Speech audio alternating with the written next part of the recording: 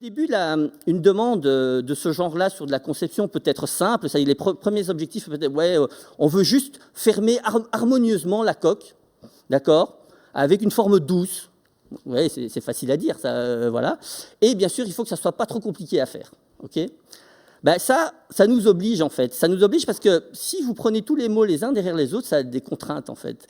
Et du coup, il fallait offrir suffisamment de précision.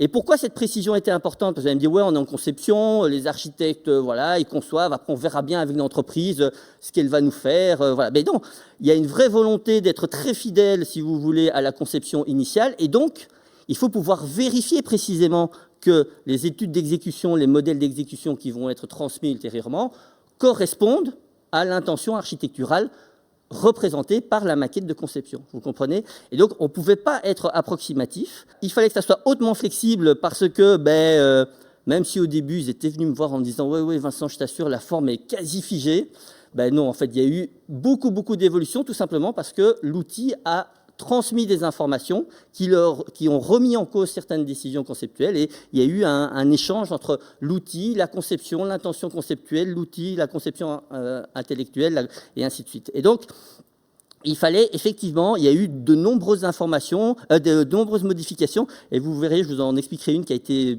un peu compliquée à intégrer, voilà. Et surtout, il fallait que l'outil soit utilisable par les architectes en autonomie, parce que l'idée n'est pas de faire à leur place et puis de leur donner, parce que vous imaginez bien que si il y a 15 modifications, on ne va pas 15 fois le refaire et le donner à l'architecte. L'idée, c'est justement que cet outil serve à l'optimisation de la conception.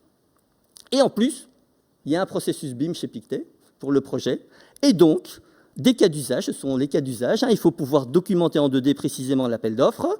Il faut pouvoir répertorier chaque panneau pour la quantification et la qualification des objets.